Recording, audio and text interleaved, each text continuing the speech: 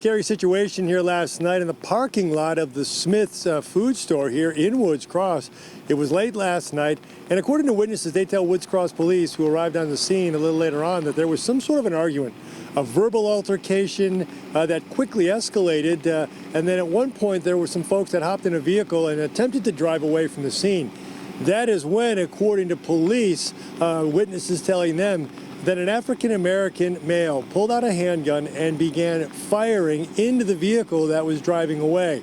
At that point, the vehicle kept going. The man with the gun apparently fled the scene.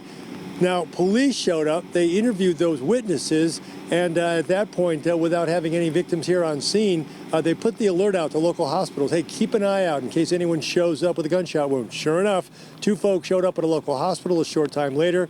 The good news is neither one of them were suffering any serious injuries. The injuries from those wounds described as non-life-threatening.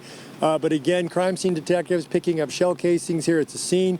Now the big question is, who pulled the trigger and why? They're trying to figure out who that individual is. They will likely, if they haven't already done so, will be going over parking lot security camera video.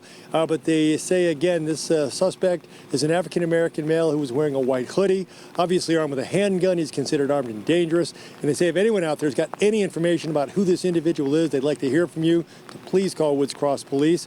We'll bring you more as we get it. But for now, we're live in Woods Cross. Scott McCain, Fox 13 News, Utah.